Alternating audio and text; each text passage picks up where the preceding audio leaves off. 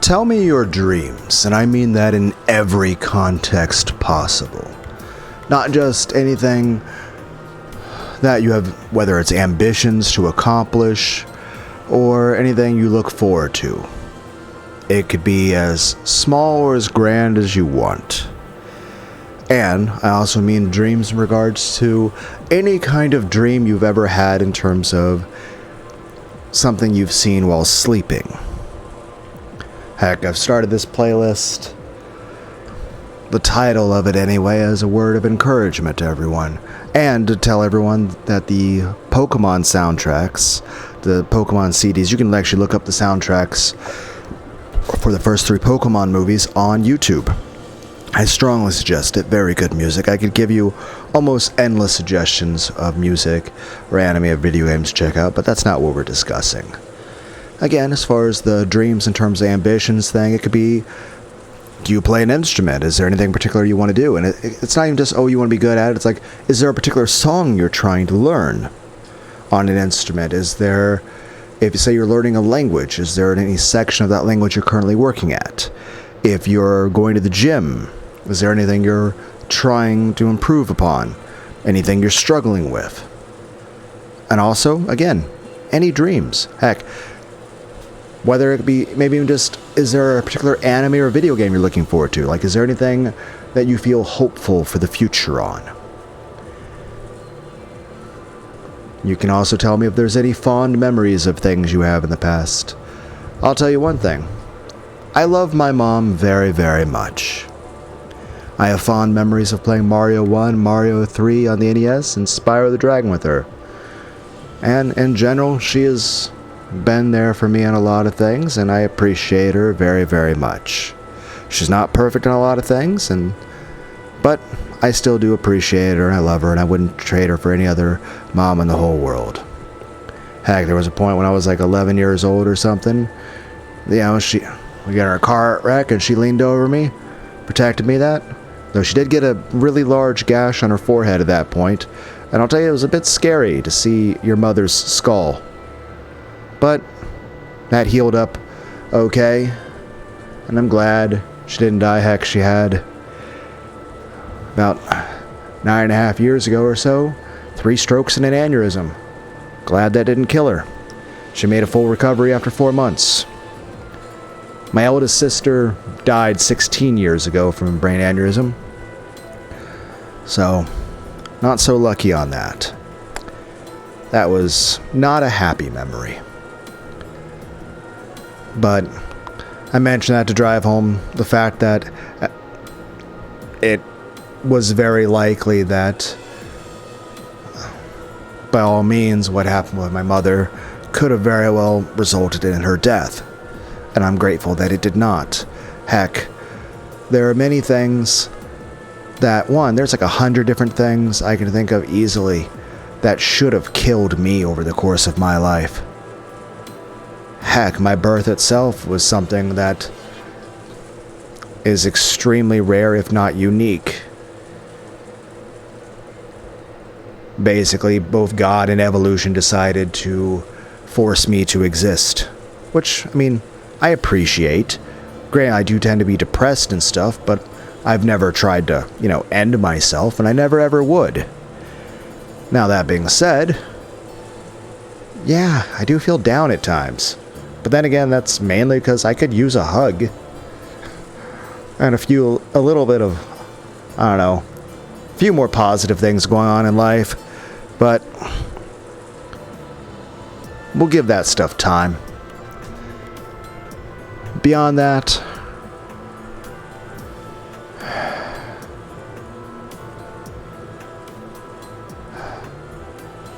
I guess one main thing I wanted to say is just, I do appreciate my mom. I love my mom very much. Heck, a few years ago, like 3 years ago, I had like a bladder surgery. I think it was almost 3 years ago. My mom came over 3 days and 3 nights, spent the days and nights over here, which I definitely needed because I was in terrible condition after the surgery. I initially, granted, didn't really want to have surgery, but eventually I had to agree to it just because I had a stricture in my bladder, so if I didn't get the surgery, my bladder was eventually going to just seal itself off, and I was going to it was internal organs were going to explode. And that results in death, and death is inconvenient. Also would have been excruciatingly painful. But, yeah, damn you genetics. I guess I did not win the lottery on that. But, yeah, it was definitely a miracle my mom didn't die of those strokes. Heck, it's a miracle it happened in public when it occurred, because it allowed her to go immediately to the hospital. If it had happened at home, especially if no one was around her at that time, then she'd be gone. That being said, like I said, my birth in itself shouldn't have been possible. I'm the third of the children born to my mother. And I'll tell you this, there was at least 100 things that, before the point in which I would have even been conceived, that should have killed my mom. So, a lot of circumstances involved in just my mom being born to begin with, as well as even living long enough to conceive me, was very much a miracle there. Now, granted, I can't say there's, I don't know, a purpose in God's decision in that, because, well, there's nothing special about me. And I don't see, like, really any importance to me in the grand scheme of anything. But regardless of any of that, I value my own life. I love being alive. And yeah, at some points, certain things can be a bit tough. Heck, for some reason today, I just could not sleep. So I'm just going to stay awake. And so I recorded this previous video and this video. And then here in a bit, I'll have to go to work. Earlier, I was trying to sleep. So after I finished the video 2 videos ago, which was like an hour and 40 minutes or something long, that video, I went and got some Taco Bell, watched a couple YouTube videos, and then I tried to go to bed, and just no luck on that at all for some reason. So I'm just going to stay awake. And then I recorded like an 8-minute video just a moment ago, and now I'm recording this one. And yeah, I'll probably drink a few energy drinks or something over the course of the day when I go to work tonight. And when I get off work, I'll probably go straight to sleep. And then I'll probably wake up and go back to work. And then when I get off work that day, some point in the morning or something, at some point, Union Rhythm Psychosis come out and we'll start playing that game. Though I do want to finish Umineko, so I'll probably bounce back and forth on that. Like, part of me was like, whether I'd want to focus on the Denpa music or not. And heck, the first video in this playlist, the one that's actually just the hour and 40-minute video that was recorded just a few hours ago, that's got a few links in it. One link has a song from Pokemon, the 2000 soundtrack that I'm referencing with the title of that video and this playlist. The second one is an example of a Denpa music song. And the third thing is a video talking about Denpa. But honestly, you could just type in "what is Denpa" to YouTube and get like 100 different videos that would also be I think very important for you to watch as well, explaining what Denpa is. Because Denpa can only be described as a social phenomenon and a phenomenon involving individuals, but also a genre of music, a genre of video game, and a genre of story, particularly anime. So, and Denpa can be at times a bit more mature than, like, some of the things tend to be a bit sexual, some things are a bit violent, and some things are very nuanced in terms that they tend to discuss topics that are usually both ignored or considered very taboo to discuss. Like the idea of radio waves affecting the human brain. But, yeah. It's just, my birth itself should not have been possible. Because after my mother's second daughter, she had an issue of one of her fallopian tubes and an issue of one of her ovaries. An ovary got a cyst, had to be removed, and one of her fallopian tubes just started dying and was rotting and decaying inside of her. So it had to be removed. And they were on opposite sides. So she was left with one ovary, one fallopian tube not connected. And the other means by which the body normally would bypass that were not available. She went nearly 6 years at that point, having a lot of unprotected sex with the person she was with, who was not my dad, and did not, because she was, divorces happen. But anyway, so for like 6 years, no issues. No pregnancies whatsoever, no form of birth control in any way. And then when she gets together with my dad and they get married, not too long after that, all of a sudden I exist. And again, it's a good thing because their marriage didn't exactly last for more than a few years after I was born. Though, interesting bit of trivia.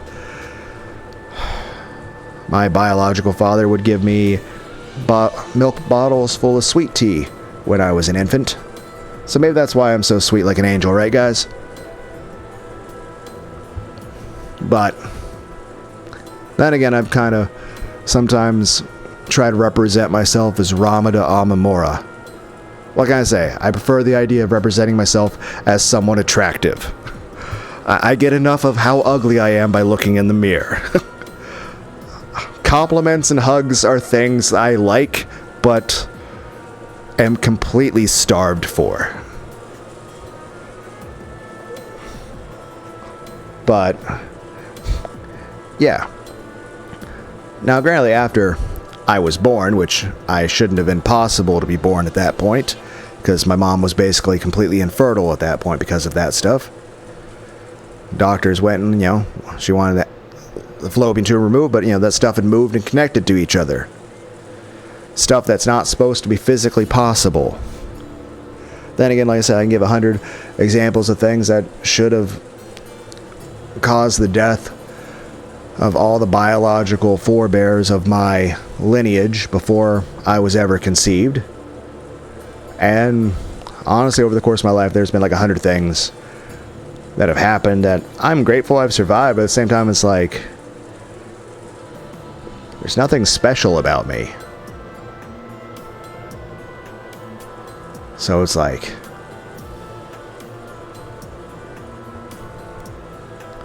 I mean, it's an issue of thank you, but why? It's like, but then again, I suppose everyone out there sometimes wonders, what meaning does your life have? Though at the end of the day, what do I like doing in my life? I like reading. I like walking on the bike trail. And I like hugs and affection and compliments.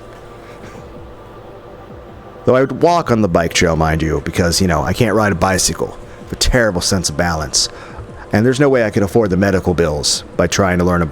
So everyone's like, oh, it's not too late to learn. Like, no, I would not be able to afford those medical bills of trying to ride a bicycle and how much I would crash. Like if I were to get pulled over by a cop, I might get written up for a DUI, and I don't drink. I'm not athletic or coordinated. Heck, I've never had a six-pack in my life. Fuck. Heck, I'm a fucking fat ass. I am 5 foot 11 inches and 201 pounds. Or to put that in metric, I am 180 centimeters and 91 kilograms. So yeah, I can reach down here and jiggle my fat belly. So, sad face. Maybe one day I'll stop being fat, but in the meantime, I'm going to take a sip of this Mountain Dew since, I was avoiding caffeine earlier because I was trying to go to sleep, but at this point, sleep has forsaken me. So, aside from my very strong recommendation of the first 3 Pokemon soundtracks,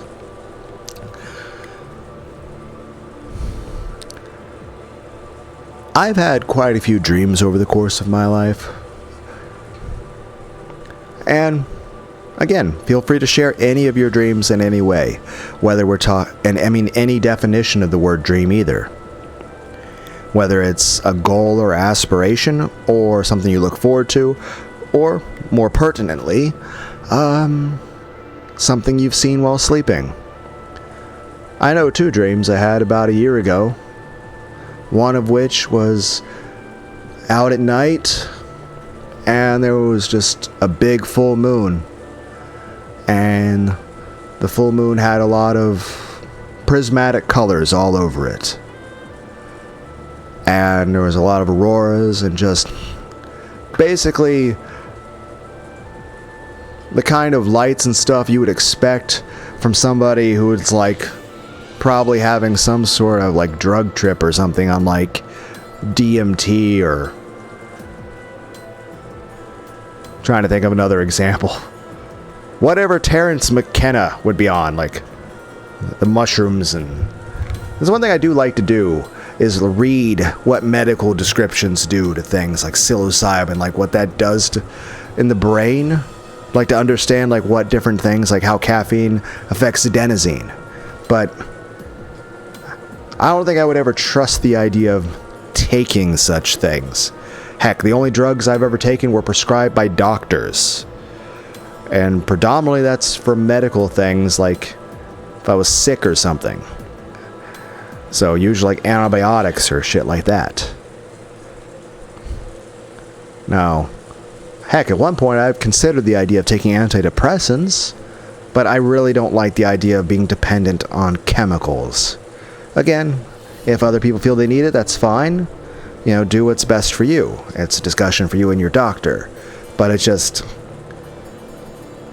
I feel that antidepressants would probably cause more problems than they would help for me. But that's, you know, everything's a case-by-case basis, and I feel that's the case-by-case basis for me. So, yeah. But it's in general, there's also the fact that I don't think I'd be able to afford the stuff, and if I ever lost medical insurance, you know, I know that's the kind of medication that if you ever start taking it, you kind of have to keep taking it. And if you were to ever stop, you'd have to like wean yourself slowly. And I don't want to put myself in that kind of situation. But again, perhaps a little paranoia on my part. But yeah, granted, while I could go in detail on many, many dreams, though I've had dreams where I fired kamehamehas and flown around and stuff. And I'll tell you this, I do remember certain things have changed with dreams. Like I remember when I was younger, like the rules of dreams followed the rules of dreams. Now the rules of dreams do not follow the rules of dreams. And everyone's like, what are you talking about? They're pretty common rules for dreams. Now, you know, do's and don'ts. And more importantly, while there's things that are suggested that you should do and things that you shouldn't do, there's things that are, well, were in general seen as not possible to do in a dream. Like flipping a light switch. That basically in the dream, whatever the light ambiance you had for whatever room is what you had. If you go to flip a switch, there is no change. It is, if it's on, it stays on. If it's off, it stays off. You cannot change it. But I've noticed that changes now. In the past, there were certain things, like you can't read books in dreams. You can't see clearly in a mirror in a dream. You can't use electronics like computers or televisions or phones in a dream.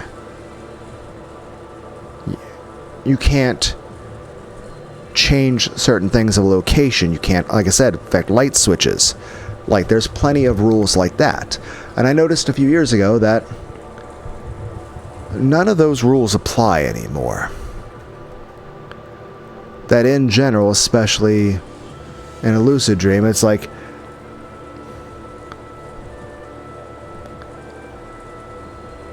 something has changed.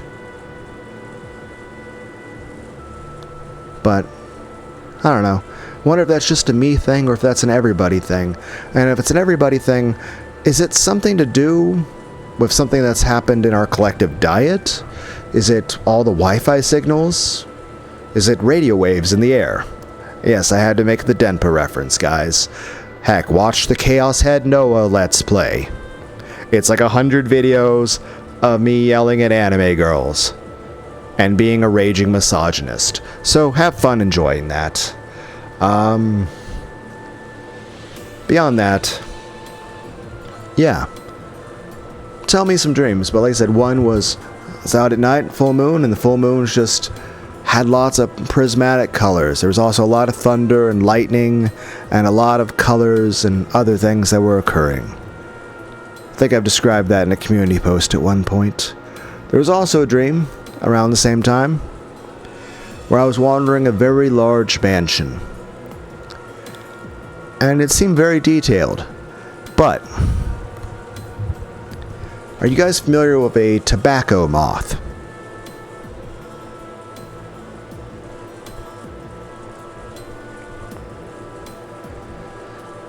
Every surface in that mansion was covered in a tobacco moth. Millions and millions and millions of moths. Every wall, every surface. Though, oddly enough, when I took steps, they would move out of the way of the footstep, but then, go back to the place where my foot had been. So I could walk freely through, but they're over everything, where you couldn't even see the carpet. There's just moths everywhere, which, offhand, I will say is kind of an unsettling thing to have that many insects everywhere, but at the same time, it's not like they impeded my movement or anything. If anything, I would say all the moths were there out of interest and benevolence. If you had to attribute emotional aspects to an insect, let alone a large enough number that calling it a swarm is insufficient.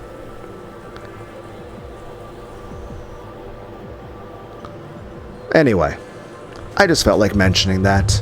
And unlike in the first video where I went for an hour and 40 minutes and did not do any reading, we will do some reading in this one. Because we haven't gone that long. It's only been like 22 minutes and 45 seconds. Now the video for this was 8 minutes, but we stayed very focused and we didn't.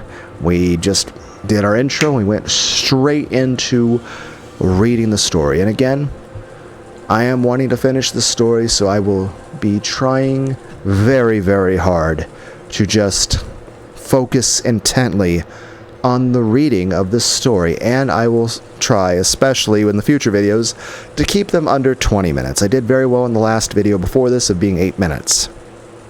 We'll consider this video an exception, just because of the little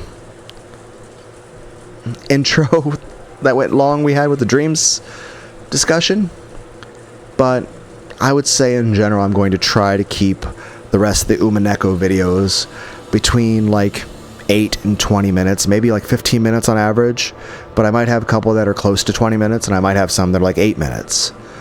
Now, when we do Union Rhythm Psychosis, the Denpa playlists, I will break that rule a little bit on that. If I feel I want to make a very long video, I will do so. But that's just because I want to. I don't have a better reason.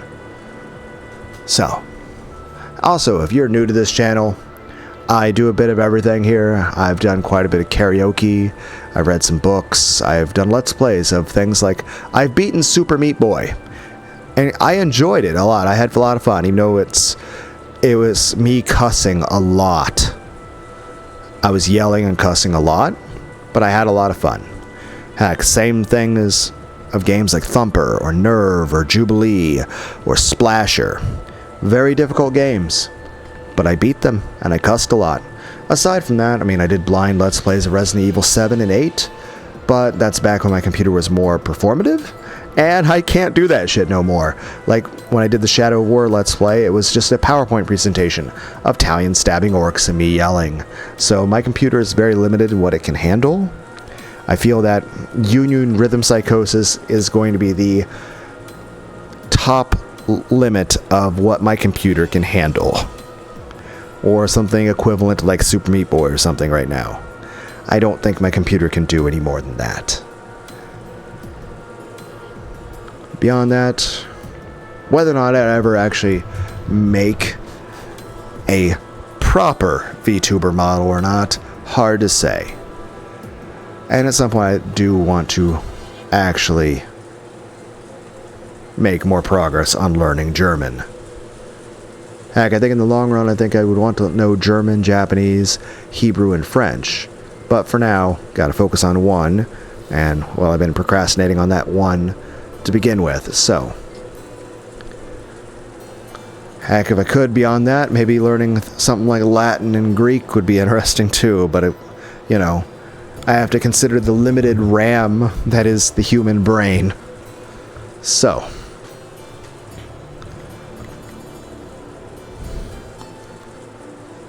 Something to look forward to. But yeah, then again, there's about 4,000 videos on the channel. Heck, I've made a lot of custom playlists. I mean, a lot of custom... Well, that's true, too. I've made a lot of playlists. Like 600 playlists. Apparently, I might have a little bit of a issue of focusing. I don't know if I actually have ADHD or autism or borderline personality disorder or severe depression, but I'm pretty sure I do. Every online test has been very... Like, they've all been like, yeah, you have super autism. You have super ADHD. So... I don't know if that's a thing that's noticeable in the way I talk or something. I don't know. But no matter what, I'm a bit of a tsundere.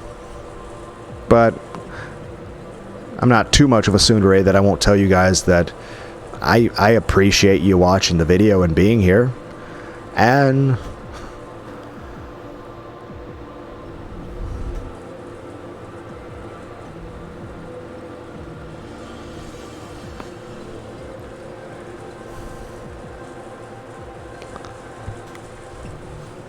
I hope you find lots of videos on the channel you enjoy. Heck, the Perfect Apocalypse trilogy, Purgatory Forever, Love at First Bite, and Patches Inferno. I'd give that a suggestion. Then again, I have the world record for the deepest floor in the Binding of Isaac. It took me a couple months to do. I went to floor 9,000 plus.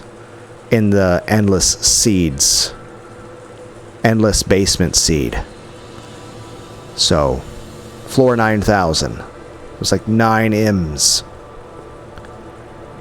Also, grinded 9,000 plus deaths in a single level of Crash Bandicoot 4. It took 37 hours of listening to Korn and System of a Down and Disturbed and other bands. I also wrote a song called All the Neckos Are Meowing for Head Pats. Feel free to look up that video and sing it for yourself. Heck, if I remember to do so, I will put a link to the Neko video of the song that I wrote about Nekos in the description. I sing it horribly, technically 1.5 times. Half because my first attempt at singing it, I started cracking up laughing because of how stupid my song is and how cringy it is. Like, the song is supposed to make you guys laugh, but I couldn't help but just crack up laughing at how dumb it is. But I'm still proud of it, and yeah, I'll put a link in the description provided I don't forget or get distracted. Anyway, let's hop into actually reading the story, which we will be focusing very heavily on in future Umineko videos. And even I was just looking at OBS Chan, I want to reopen this to double check it's working. Okay. It is still working. Okay. But yeah, so in future videos, I'm basically just going to say my intro and then hop right in.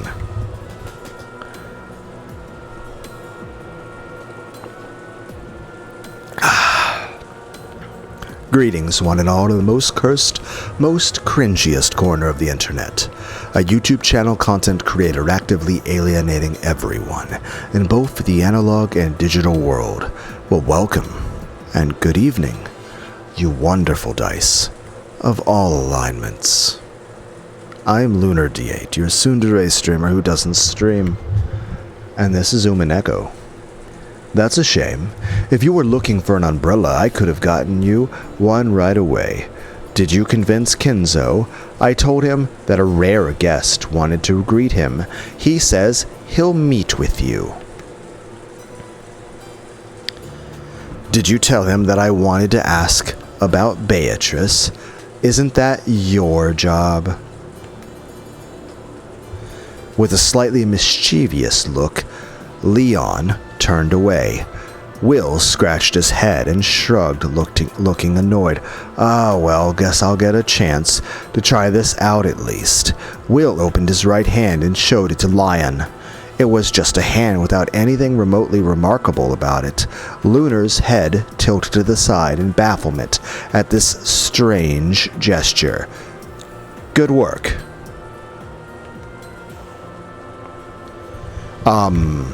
Wait. Your name was... It's Shannon. That's right. Shannon.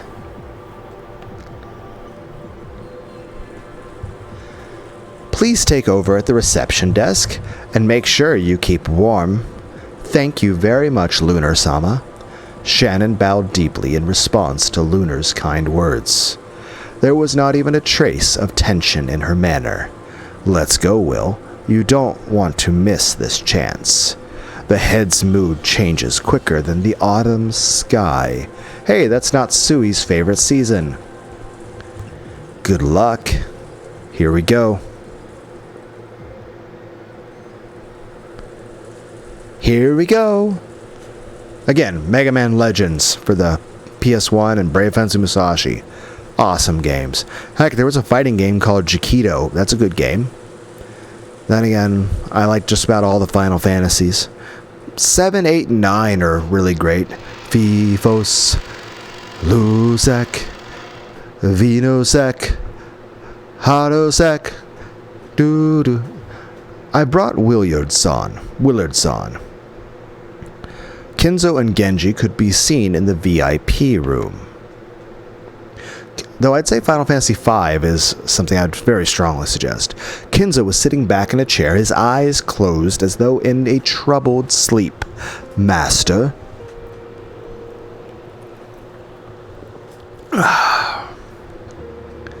The guest has come to see you.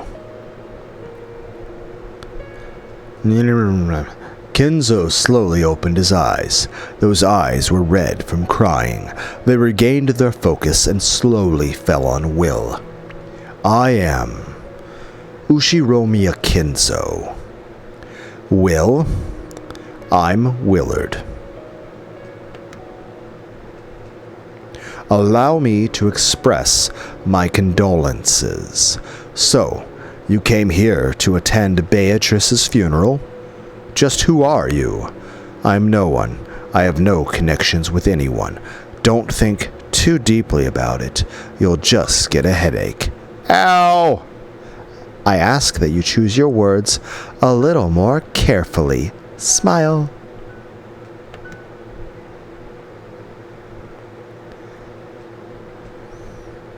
By the way, just so you guys know, he pinched his butt. Humph. What a strange guest. So, what business do you have with me? I want to ask about Beatrice. What? Kinzo's gaze grew sharp. Leon felt a bit lightheaded and wondered why this guy had to be so direct. Why do you ask? You're no one, aren't you? Why do you want to know about Beatrice? What is your purpose? Because I'm no one, I can listen to your tale impartially and record it. You'll probably leave this world before too long. If you die without telling anyone anything about Beatrice, your children will adorn Beatrice with whatever tale they please, writing that into their memories. Ha ha ha ha ha ha. You entertain me, boy. Do you plan on writing my will for me? But that is none of your business. Beatrice is mine alone. No matter what other people say, no one can defile our tale. What they say is of no consequence. No matter how Kraus and the others misconstrue it, it will be neither painful nor vexing to me. Willard-sama, the master is not fond of wills. Well, I have a terrible name then. Fuck. He is not the sort of man who would abandon a task so that it might be performed after his life ends. Probably true. I thought it sounded a bit unlike you. The ability to struggle on as long as we have life is what makes us human. You think I would give up so soon and leave behind a will? How laughably absurd. Yes, that does sound a bit more like you. It's not your style to ask someone to write about the past just because you think your death is drawing near. Are we referencing episode 2, where he had Shannon take down an account of his past? We know how deeply you loved Beatrice. You are the model most worthy of respect that any of us know, and an example for us to follow in every aspect of our lives. Please guide our wandering souls and tell us just how much you loved her, grandfather, how you were able to live through everything you faced because of her love. I only ask for you to guide us by showing us that love's strength. You're pretty good at this. It's your fault for being so tactless. Boy, what do you know of Beatrice? A truly ignorant person wouldn't even be interested in learning more. The mere fact that you know Beatrice's name shows that you are neither ignorant nor unconnected. Good point. The Beatrice I know of is the woman you loved, the one you met before the mansion on Rakonjima was even built. However, she probably departed from this world leaving behind a daughter, and that's the girl who was raised in Kuadorian. Oh ho ho! Willard-sama, there is no building known as Kuadorian on Rakonjima. That name, Kuadorian? You mentioned it when we were talking with Aunt Rosa, too. What in the world does it mean? You should have an idea by now. It's the name of the hidden mansion in the forest where his mistress's daughter lived. Interesting. So you actually know the name of Kuadorian. Continue. You have sparked my interest. Kinzo shrugged and grinned. The one living in Kuadorian was probably Beatrice's daughter. However, it seems that you, at least, didn't think of her that way. Oh ho? Then how did I think of her? When Ushiromiya Rosa went to Kuadorian, Beatrice told her a little about herself. In that conversation, she referred to you as Kinzo. It was the same when she spoke to you directly. Though she said that she thought of you as a father, she didn't call you father. She either chose not to call you that, or she wasn't allowed to call you that. That can only mean one thing. And what might that be? Reincarnation. You didn't think of your daughter as a child Beatrice left behind. You believed that the dead Beatrice had revived into a new body. Genji, once in the past you spoke in front of Natsui and several other family members, stating that there never was a child between Kinzo and Beatrice. I have no memory of saying this. Of course, this game's Genji probably wouldn't remember that. However, near the end of the first game, when the survivors had all gathered in Kinzo's study, Genji was asked whether Kinzo and Beatrice ever had a child together, and he denied it, saying, "I have not heard of anything like that." That may have been a lie, but in a way it was a model answer for one of Kinzo's confidants. After all, in Kinzo's eyes, she wasn't a daughter, but Beatrice reborn. Will. I don't know what you're talking about, but I will not let you slander the family head. This isn't slander, it's reasoning. However, I understand the heart. In your eyes, Beatrice was the woman you loved most. She remained that way even after death, for all eternity and without fading in the slightest. I doubt you thought of her as Beatrice reborn at the moment of her birth. However, it wouldn't be strange if you slowly began to wonder whether that child whose blue eyes and beautiful blonde hair reminded you of a younger Beatrice might actually be Beatrice reborn. Master, shall I? Shall I drag this rude child out? Genji asked Kinzo. For a while, Kinzo hung his head in silence, as though remembering something from his own past. Your daughter grew to be beautiful, and nearly identical to her mother. You must have been ecstatic. However, I doubt you'd be completely satisfied by that alone. After all, though she was Beatrice reborn to you, she didn't think of herself that way.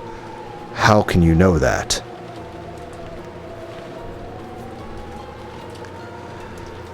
Whenever she was called Beatrice, she got this feeling she couldn't shake away, a feeling like something was out of place. People never feel anything out of place about the name they're given at the time of their birth. However, she did have that feeling. That must mean that she was aware that the name Beatrice wasn't hers. In Ecuadorian, she asked both Kinzo and Rosa who she was. Who am I? Everyone calls me Beatrice, and that does indeed seem to be the name of a great witch, as you say, but that isn't me. I cannot use any magic. I simply have the soul of that witch sealed inside my body. Her memory would have returned eventually. She must have truly have been Beatrice reborn. Her memory was coming back bit by bit. My magical ceremonies were helping her regain her memories, one little bit at a time. Ahead, Sama!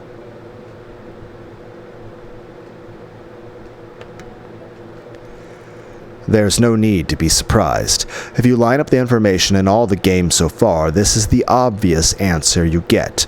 The high-level Beatrice talked about this. By metaphor, she said that Kinzo refused to let the witch's soul escape, even after death, and instead caught it and locked it up in a body of flesh. She also said that her power and memory had been sealed. If you match that interpretation of hers to this theory, it all makes sense. Willard-sama, thanks to powerful magical ceremonies, the master gained a reborn child of the dead Beatrice-sama. That cannot be denied.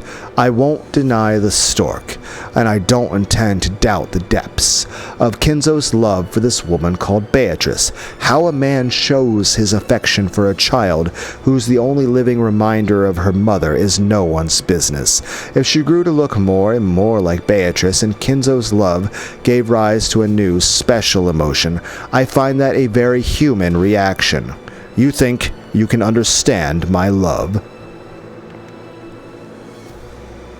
I'm not qualified to understand it.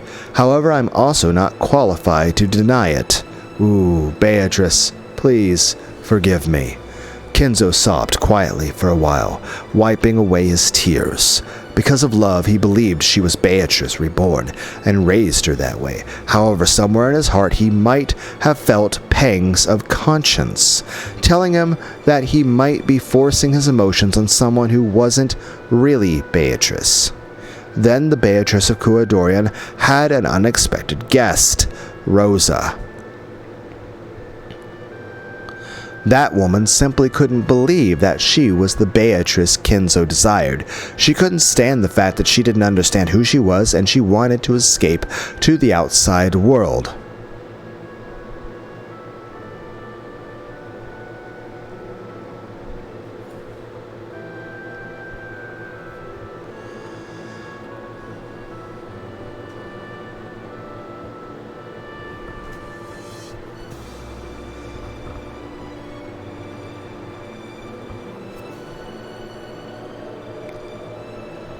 Then, she fell from the cliff and died. Genji handled that death, which couldn't become public knowledge very quietly. Funerals aren't for the dead. They exist so that those who are alive can sever their ties with the dead. You could never do that. That's why it festered within you. Beatrice, grandfather. You lost your mistress's daughter. No, you lost Beatrice twice. Unable to let that sorrow show on the outside, you kept it locked up in your heart, and it eventually festered and turned to madness. That's what spurred on your abnormally strong interest in the occult in your later years. Oh, Beatrice, Beatrice.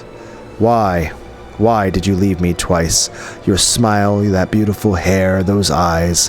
Why did you die in my arms not once but twice? Is that how much you...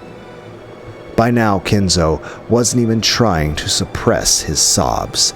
He sometimes scratched at his head in anguish, sometimes faced the heavens like an opera singer. Kinzo yelled over and over again, repeating Beatrice's name.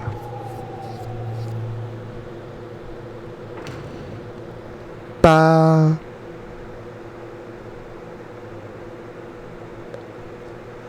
At that moment, there was a quiet sound of a door closing. When they turned around, she was already there. Kumasawa had appeared. If they already know that much, perhaps we can tell them the rest. Though, if they know that much, I don't believe there is anything more to tell. No, we should tell them. As a woman, I've always thought that the heart of Kuadorian's Beatrice is a story that should be told, and now someone has appeared who is worthy to hear it. I believe that now is the time to tell all without holding back. Kumasawa-san? Do you know something?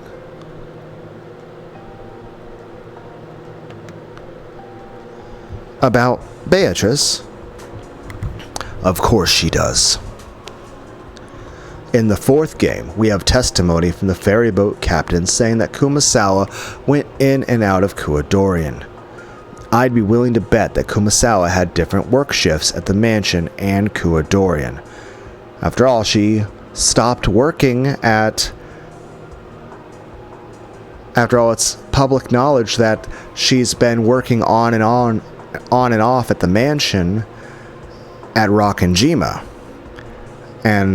But it's been known that she's taken sabbaticals of certain years to not work at Rockenjima, where it was believed that she was just, on vacation or pursuing other jobs. But in truth, she was literally just on the other end of the island working in a separate mansion. Still for Kinzo. There was a young girl to be taken care of. Kumasawa, with her long experience in taking care of children, must have been of immense value. That is correct. You might even call me her wet nurse. No way! I can't believe it. So, everything Will-san is saying is the truth? Yes, it is a fact. A secret mansion was constructed on the opposite side of the island for Beatrice-sama. Kuadorian's existence is truth. I don't know when Kinzo married his official wife, but at that time he already had an enormous store of wealth and had bought Rockenjima whole. He then built 2 mansions and set up 2 separate lives. Kinzo's children had also been aware of Kinzo's clandestine eccentricities at the time. It probably hadn't been easy to maintain 2 separate lives. Moreover, Kinzo's wife had been suspicious and had sniffed around all the time. The master stayed in Kuadorian as much as time allowed. He would sometimes pretend to go on a business trip and stay there for several days, treasuring the time he spent with Beatrice-sama. It was not a father-daughter relationship. You could sometimes catch a glimpse of his great love for the dead Beatrice-sama, and it was a heartwarming thing. The way you say it makes it sound like he sometimes treated her as a substitute for the dead Beatrice. Oh-ho? If it sounded that way, my apologies. Beatrice-sama probably accepted her father's love. However, I will not deny that she was sometimes forced to bear a love she didn't understand.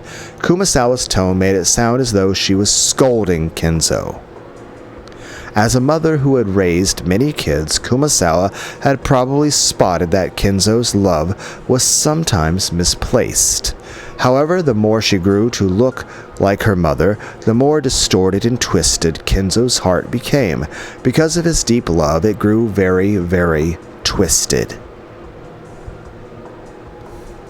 You are right to scold me, my friend. I understand. My love is eternal and undying. However, I must acknowledge that I poured that affection onto the wrong person. Grandfather? Wait, you don't mean...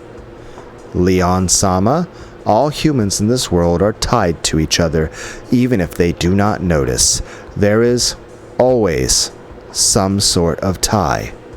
Those ties wrap themselves around people and bring them together. No way. Grandfather? Just as Kinzo had done, Lion also wiped away tears and stared down at the floor. Apparently the truth had been too much of a shock for the young successor to handle. Master. The time to speak has arrived, has it not? I see. So, that time has come, my friend. Unless you tell us, none of the truth will become clear. Master, I believe they may have the qualifications and the right to know. I know. Perhaps on this day of my fickle funeral. Beatrice in heaven has given me a chance to atone.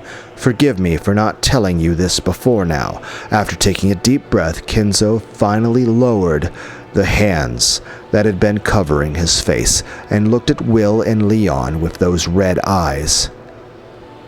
Grandfather? You listen too, Lion. Guest. Willard, was it? Yeah. I thank you for giving me a chance to speak of the truth while I am still able. You must surely be a messenger from heaven, sent by Beatrice.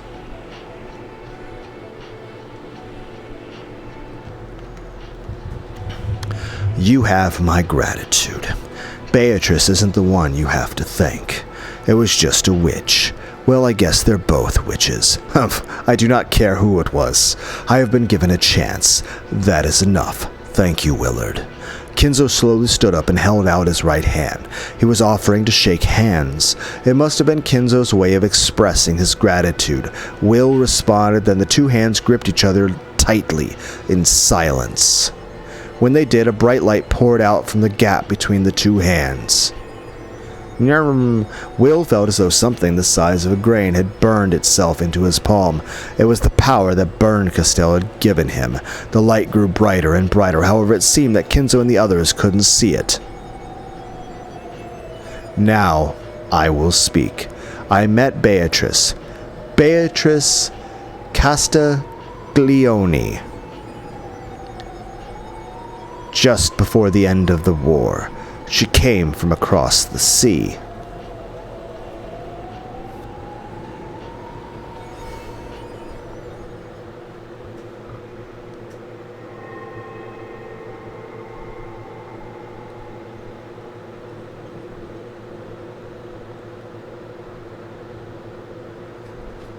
So this is young Kinzo.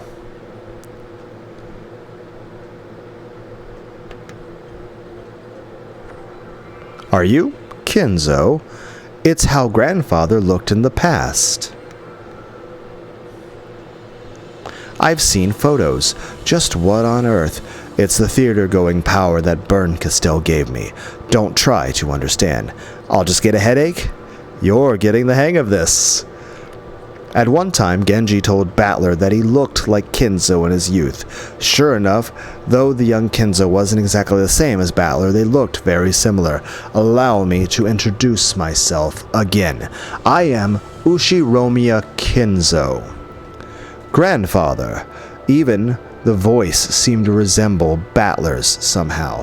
Clearly, Battler had inherited Kinzo's blood more thickly than any other. I had no desire to succeed the Ushiromiya family headship. My being chosen as the head was nothing more than a prank of fate.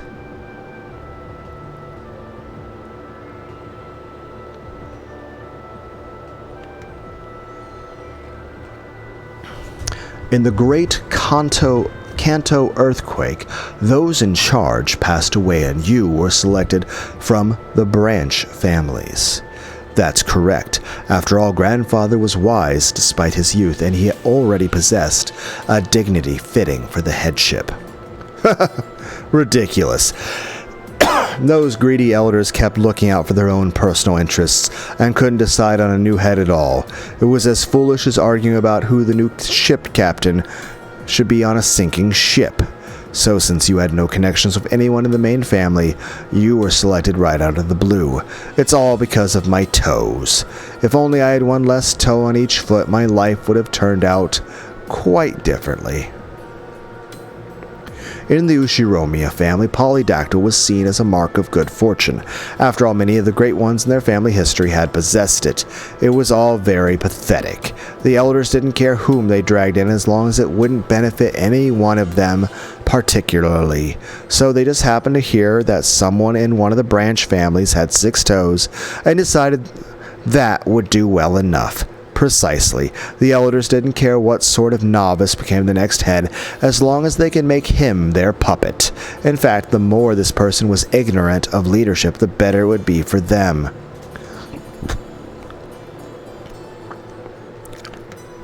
Grandfather. Leon, it is quite different in your case.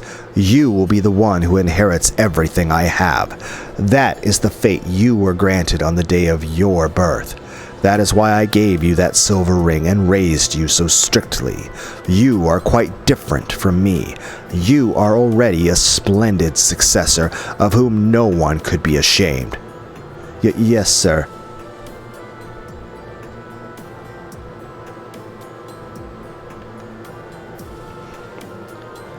A puppet for a head. I doubt that could have been easy. Heh, heh, heh.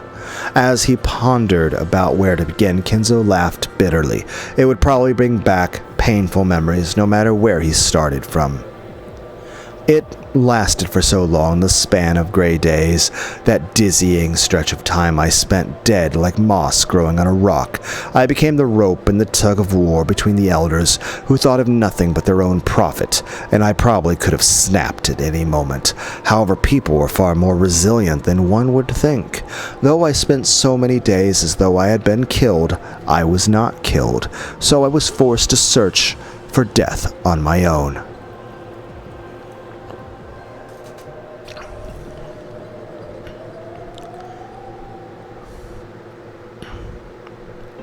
Before I realized it, I had reached an age at which the young would laugh at me if I tried to call myself young.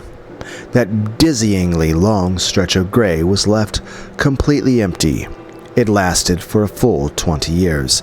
In 20 years, a person can be born, find a purpose, and even become their own man with their own place in the world. In short, if one truly becomes a human only when they have become a working adult, then I spent a period of time long enough to create a human, doing nothing but playing the part of those greedy elders' puppet. Ironically, though, that time aged my body, it did not age my mind. My mind alone was still as young as it had been during those rich, happy days before I was summoned to Odawara, and yet my body alone grew older and older. Eventually, the vast gap between the two reached almost incomprehensible levels. So, I could hardly believe that the worn-out man in the mirror was really me. No, it really wasn't me. The head of the Ushiromia family was just a name. It had no power. It didn't require that I have any independence. There was no need for me to get involved with anything. I was just a doll sitting there on the doll rack, gathering dust. I remember nothing but lazily flipping through Western books I liked, locking myself up inside my own world, doing nothing but playing with roses and drinking terrible drinks, and it lasted a full 20 years. Before I knew it, I suddenly had a wife I did not know. It wasn't any wife I had chosen. It was the daughter of some noble family that the elders had chosen and forced on me for their own reasons. But that did not matter to me. I did not love my wife, but neither did I dislike her. I just didn't care. I fathered a few children, but that wasn't out of love for my wife. They were just born before I knew it. That's all there was to it. None of it mattered. No, that's not quite right. Everything was decided by someone other than me, and I simply obeyed. That was the job of the Ushiromiya family head. Yes, on some level, I did feel as though I was being slowly and quietly killed. I can't believe it. To think that you, the one who has been praised for being such a bold and wise ruler, lived life like that for so long. Leon, there is nothing so long and faint as a life you do not live for yourself, and yet it slides on by in the blink of an eye. Do not forget this. A life you live for yourself. Living means having your own will. You probably were dead during that time. Precisely. I wanted to live. No, I wanted to die. How can a puppet die? By cutting the strings. Correct. That would be death, and it would also be life, since it would mean being set free. Before I realized it, trouble was brewing in the world. World War II, the Pacific War. Japan had extended their war fronts too far to the east and west, and the tide of the war was changing. Thanks to the influence of the elders, I was able to avoid conscription. Of course, this was not out of compassion for me. It was because I was their precious puppet, so the war never really felt that close to me. However, when I personally decided to abandon their protection, it was very easy. At that time, the Ushiromiya family had almost completely collapsed, and since the elders had apparently gathered enough of the scraps to last them the rest of their lives, they seemed to care little for what I did, now that they no longer had any use for me. So I realized that I had finally found my time to die. One by one, I cut the threads I was hanging from, and began to search for a place to end my life. So, you searched for death on the battlefield?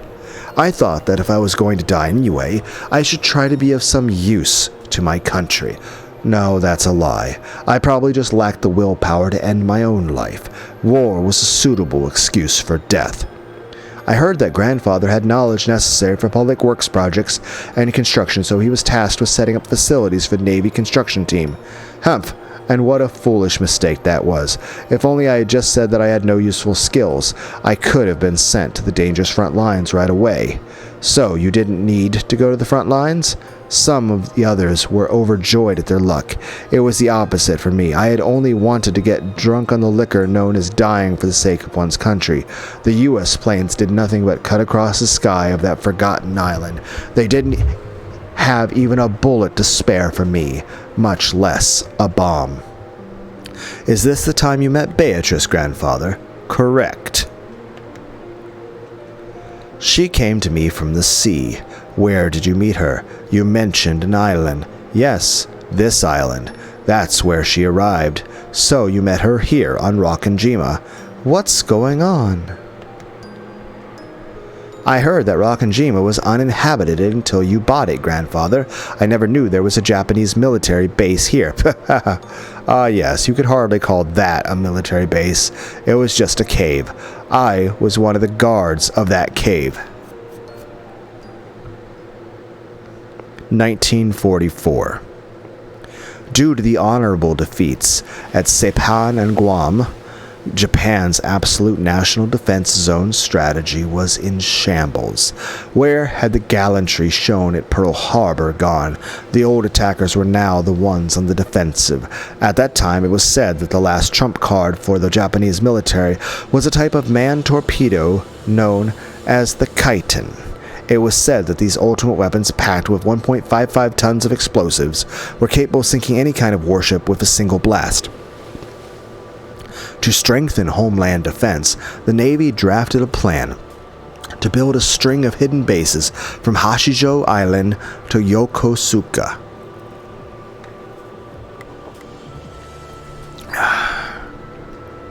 all to house submarines loaded with chitin torpedoes. I knew that there was a chitin base constructed on Hashijo Island, but was there actually one on Rokkenjima too? What fool decided it would be a good idea to plant a base on this desolate island to better preserve its secrecy? Ridiculous. I could never understand what the higher-ups were thinking, and I didn't particularly want to. The chitin, which could finish off a large warship with a single strike, truly was an ultimate weapon. It was hoped that the presence of submarines capable of loading these weapons in the waters just off of Japan would allow for a powerful sea ambush as a final line of defense. So, to aid in the establishment of a base with absolute secrecy, the uninhabited island Rokkenjima was raised as a possible candidate. An investigation of the island resulted in the discovery of a large cave in the cliffs, and this was apparently deemed to be a suitable location for a submarine base. So you were tasked with aiding in the establishment of that base. Establishment, certainly if you call digging out a cave establishment. Not only that, the base was abandoned before its completion. Why? Well, because at that time, Japan had no longer had any submarines large enough to transport a chitin torpedo. How truly laughable.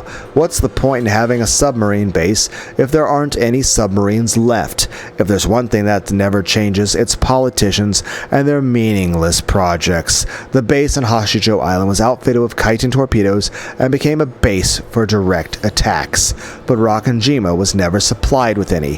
Furthermore, the construction was eventually suspended and a minimum number of men were stationed on the island waiting for orders from above that never came.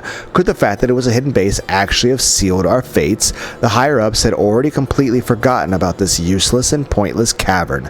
We were nothing more than guards for a mere cave.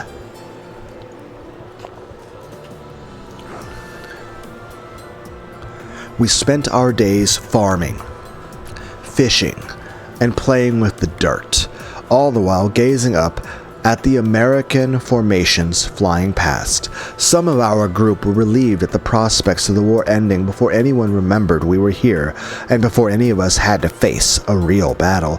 Of course, it was the opposite for me. I had hoped and hoped for the American troops to advance and kill me as soon as possible. Those days were empty and blank. Let us go back to the turning point in my life and my fate, the time that Ushiromiya Kinzo finally became truly alive.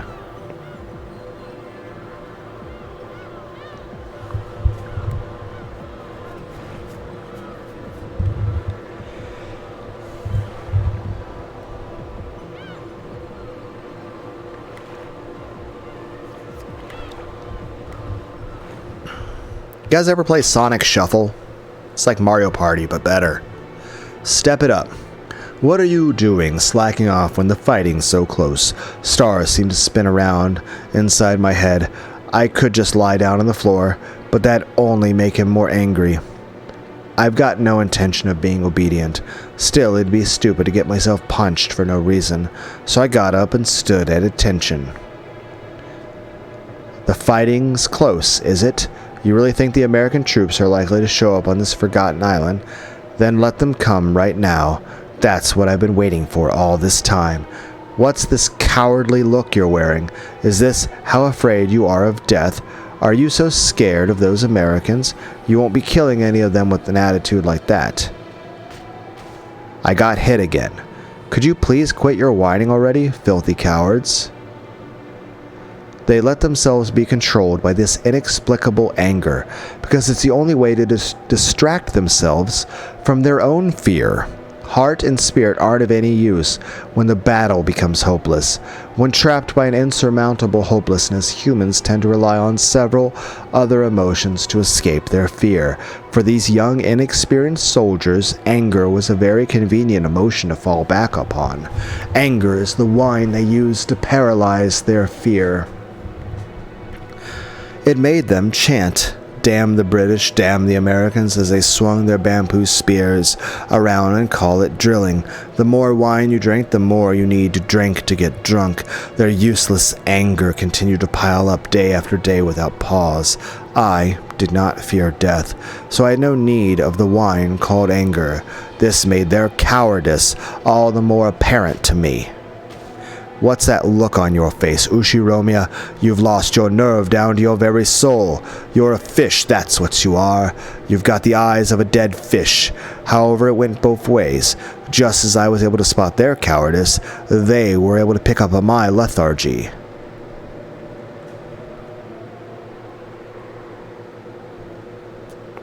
Is Ushiromiya Kenzo here? The lieutenant's looking for you. Stand up. No slouching about. Double time. First Lieutenant Yamamoto was the commanding officer in charge of the Rokkenjima garrison. He was just another filthy coward trying to forget his fear with violence, and would often reprimand his subordinates for slacking off at the drop of a hat.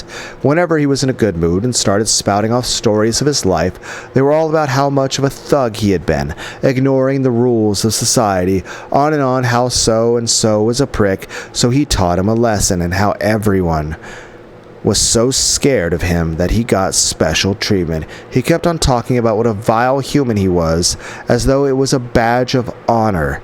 Normally, I had nothing to do with this lieutenant who I couldn't respect in any way. He'd always hang around with his non-commissioned subordinates, so as long as I had treated him with a snappy salute, I could more or less ignore him for the time being. Now that the construction project on this island has been suspended indefinitely, there's no longer any use for an engineer like me. So why did the lieutenant ask to see me specifically? At that moment, I couldn't think of anything. Ah, Ushiromiya, I hear you're good with foreign languages. Is that true? I am proficient in both English and Chinese, sir. The lieutenant liked to brag about his education in front of the non-commissioned officers, but he held a bit of a grudge against me for being even more highly educated than him, since he also felt uncomfortable about having a subordinate who was older than him. I wasn't exactly the type he'd be willing to confide in. Just the fact that I knew several languages must have hurt his pride. What about Italian? I don't speak that, so you wouldn't be much help as an interpreter between me and an Italian person, would you? It should be possible if they can speak English as well. Ah, yes, very true. Have you ever talked with a foreigner in English? I have. Why on earth would he need an interpreter in a cave on an uninhabited island that even our superiors forgot about? His question made it clear that some guest had arrived in Rokkenjima who would need an interpreter. Good. Ushiromiya, you'll be my interpreter. That's an order. That evening, I found out exactly what he was talking about.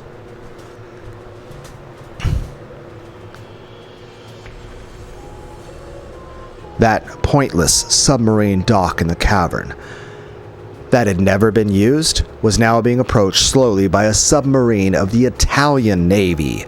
Of course, I knew that the Italians were our allies. However, this was the first time I'd seen anything from their military with my own eyes. What was the Italian Navy doing here?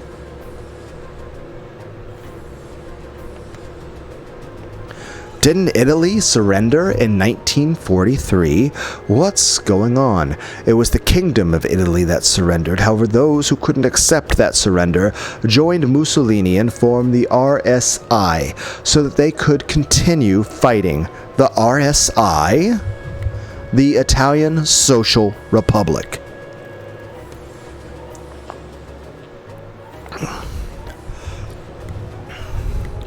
Also known as the Salo Republic. You know your history. The ignorant often call the Italians cowards, saying that they surrendered first of the Axis powers in 1943. That's not true. The military of the Italian Social Republic fought bravely from the outbreak of the war until April 29, 1945, and Berlin fell just 3 days after that. Far from being cowards, they gave one hell of a fight. Still, I'm surprised the RSI Navy even had possession of a submarine that could travel all the way to Japan. Even if they did, it's a surprise they'd come out this far at all. Why would they come to Japan? To Rokkenjima? The submarine was both weather-worn and massive. I doubt anyone had even managed that a foreign submarine would come all the way out here, when we never even had one of our own submarines dock. All of the guards on Rakanjima, of which there were only about 30, stood at attention as the submarine docked.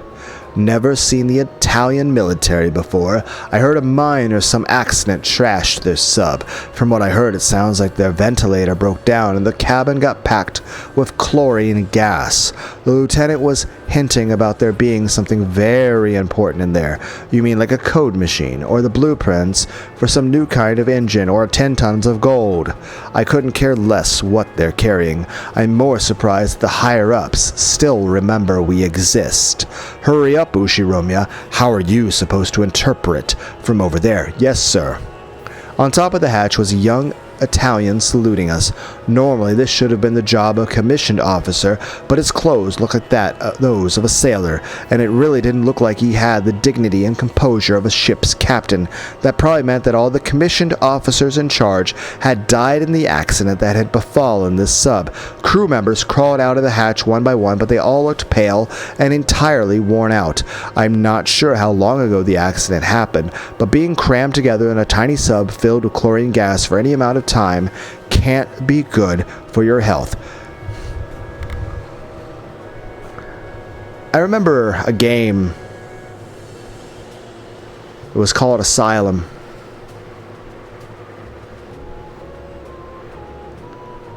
I made like 4 parts of that.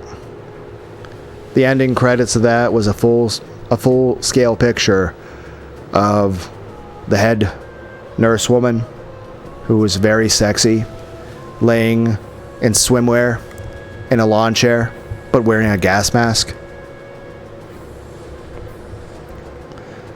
We're about to see Beatrice in a gas mask and swimwear. Not only had the ventilators broken, but traveling about carelessly on the surface of the waters around Japan these days would be foolish in the extreme. It had been like a trip inside a can of poison gas. Almost all of them were unable to walk around without leaning on someone else. It looked like a bunch of people staggering out of a hospital boat. Ushiromiya, ask them who the captain is. Tell them that I'm in charge of this island. Welcome to Japan. Do any of you speak English? The crew members seemed to understand that I was speaking English, but it looked as though none of them could speak it. Eventually, someone who seemed to be dressed as an officer saluted. Welcome to Japan. Are you the captain? I cannot speak English. Please wait. The officer answered in slow, laborious English. After asking us to wait, he shouted something to his subordinates in rapid Italian. It looked as though he was telling them to get someone among them who could speak English. Ushiromiya, what are they talking about? They've asked us to wait. They might be looking for someone there who can speak English. At that moment, I heard a high-pitched cough. It wasn't a man's cough. It was a woman's. I speak English.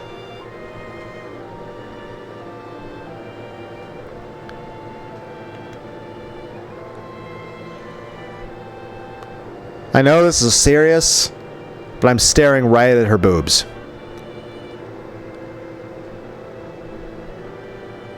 Now I'm imagining fondling them and motorboating them. Just so we're all clear. I know I didn't have to tell you guys that. As she came down from the hatch, a woman with beautiful golden hair said this in English. In this filthy cavern, the appearance of one as beautiful as she was seemed like an angel descending upon us. Welcome to Japan. Is the captain there? The captain is dead. The man over there is the only officer left. My condolences. Can we do anything to assist you? We'd like some fresh air and water. Some of us are still having trouble breathing, and we'd like a place to rest. I assume you died of like pneumonia or something after a while from long conflict. Like you guys lived together for a while, had a kid, and you were like, yay, we're happy. And then you're like, by the way, lung cancer. No. I mean, technically Beatrice does smoke, so I'm pretty sure smoking probably doesn't help with chlorine gas exposure. We would be happy to help. Do any of the others understand English? The ones who did are all dead. I'm the only one left. Ushiromia, what's the woman talking about? Who's the captain? That man from a second ago? Who is that woman? Get translating already, goddammit. The lieutenant has been yelling like that for a while now. He must have been surprised to see such a beautiful woman appear from a submarine, and more than a little annoyed to see all of her attention focused on me alone. It was a mark of how divinely beautiful she was. Sir, it seems that she's the only one who understands English. She will act as their interpreter. Their captain is dead. That officer seems to be acting in his place. Who's that loud man who keeps yelling at you?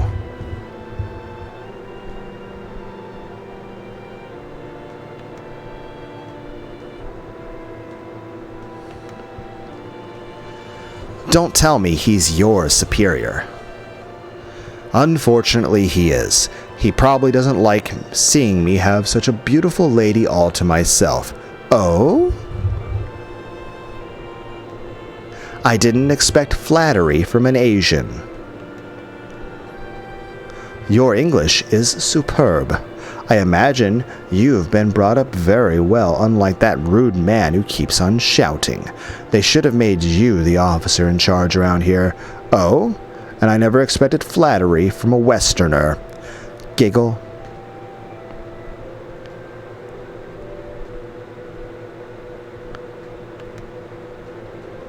You're an interesting man. What's your name? Ushiromia Kenzo. If you don't mind, may I ask for your name as well? Beatrice Castiglione.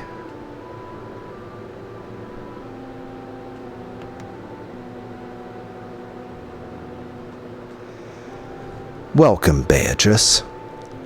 Welcome to Japan. That was when I first met Beatrice, the woman who would capture my heart for the rest of my life. So Beatrice was an Italian. Yes, she was the daughter of a high-ranking RSI official. Apparently their most important cargo was her father himself. Sadly, he had already died by the time they reached Rockenjima. Why would a high official like that come to Japan?